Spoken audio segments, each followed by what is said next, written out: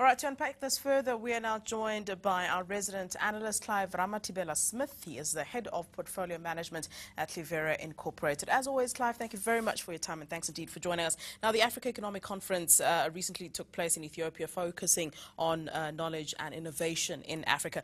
How far do you think that the continent really is in those fields? I think that we've done relatively well.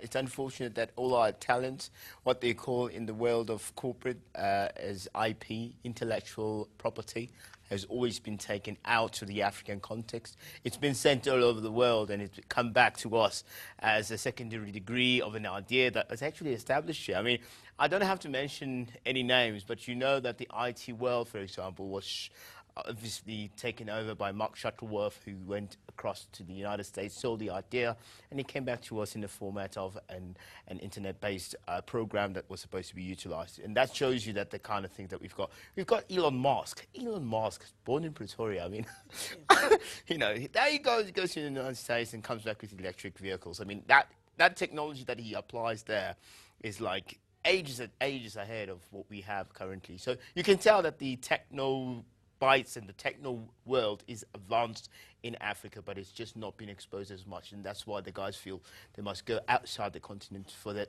to be actually realized. Why is Africa looked down on when it comes to the knowledge and innovation? Is it because that those who have the innovation or the knowledge of sort of go overseas? Is that why Africa is looked down on? Why exactly? I think that's partly correct. I think you're on the right streak there, Flo. But I think the important thing here to understand is when people want to be exposed, they need to go where the exposure is. You know, there's a biblical term, I'm sure everybody knows about it, that when with the Romans, do what the Romans do.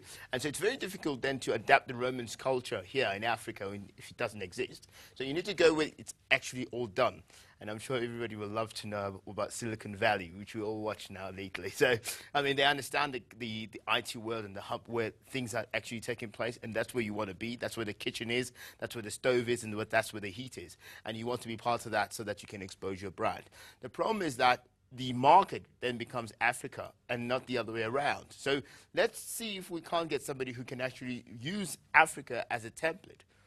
Africa is a ride for them to actually take their product outside. We haven't seen that. Well, maybe on the back of the question I've just asked, then, do you feel that Africa's innovators are being neglected by academics and the private sector, therefore the need for them to leave? The problem is the trust, you know, the belief in our local brands, in our local manufacturing guys, in our local guys that entrepreneurs that come up with these ideas. And so that's why they sometimes feel that it's not enough to do it here locally. You have to go outside the continent. I mean, it's in every industry. It's scary. I can talk about music, and you know, for music to actually make success, it has to go outside the continent, be recognized by internationals, for it to come back here and be sold to us by video on MTV. It's the same with IT.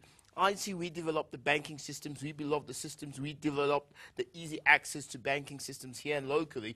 We have to take it outside to be recognized by the IMF and the WEF for it to be successful, and then it comes back here locally. And so the rating agencies, or the guys that are actually giving recognition to the entrepreneurs, people that are outside the continent, we still believe, and we're still so solemnly believe that the West is the only place for us to make it, and that's the wrong perception. But then does that not then come back to us? Is it not the fault of Africa, the fact that we only applaud something once people overseas say it's good, and we don't recognize it when it's in our own backyard? But isn't that scary, Flo? That we have to wait for things to actually be recognized outside the continent for us to actually take seriously? You know, the internet world, the electric car, for example, these things were people that came out of this particular continent and had to go outside for them to be recognized, for us to actually consume it. So the question is it because that we don't recognize talent for what it is, and we have to wait for the Western world to actually recognize it and help us to actually use it appropriately? The scary thing here, that what scares me, is that even in the manufacturing sector, we're starting to see the same pattern of things. For example, we take out raw material here. Instead of it being incorporated and manufactured and developed here, it goes over to China, to India, and to the other Asian markets for it to be rectified and manufactured, and then it comes back and shipped, and we buy it as jewelry and as accessories. That is quite scary. So we need to create a value chain locally for us to be able to actually sell these things on the African continent and make money out of the rest of the world, and not necessarily out of our own pockets, where we have to pay things double the price instead of actually paying half, so that we can produce more. Now, the Global Entrepreneurship Week is coming up, and maybe you can go into the importance of innovation for entrepreneurship, and really what tips would you give those up-and-coming innovators? I'm going to give the following 3 steps to entrepreneurship being successful in Africa as an alarm for everybody to take care of. The first one is that let's be independent. What we require to be independent is that we don't rely too much on what happens in the rest of the world, but we rely on what we have as a continent to be able to be actually more unique to the rest of the world. And that's important. That's what independence means. It means that you're unique. You are your own type of person and type of business. The second thing we need to do is we need to be able to trust our entrepreneurs. So I'm asking business, I'm begging banks, I'm begging, I'm pleading to them. I'm saying, give these young African minds a platform for them to participate. Give them a voice. Give them articulacy. Give them the things that they need.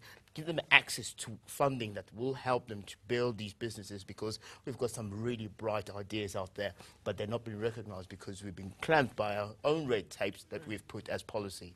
The third and last thing that we need to do is we need to trust African countries as a whole, ourselves, as governments, as business leaders, as entrepreneurs. We need to trust in our own systems, because if they're so good that the world recognizes them and they buy it from us and then bring it back to us to be resold again, that means that we're doing something correct. So stop thinking about what could be the prospect of everybody else. Stop thinking about what's going to go into your pocket.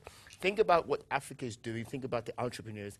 Build that. Put money in there. Give them resources so that they can succeed and we can take this continent to the next level. All right, I think that's a great point to leave it there. Thank you very much, Clive. As always, a pleasure speaking to you. That's Clive Ramathibela-Smith, our resident analyst.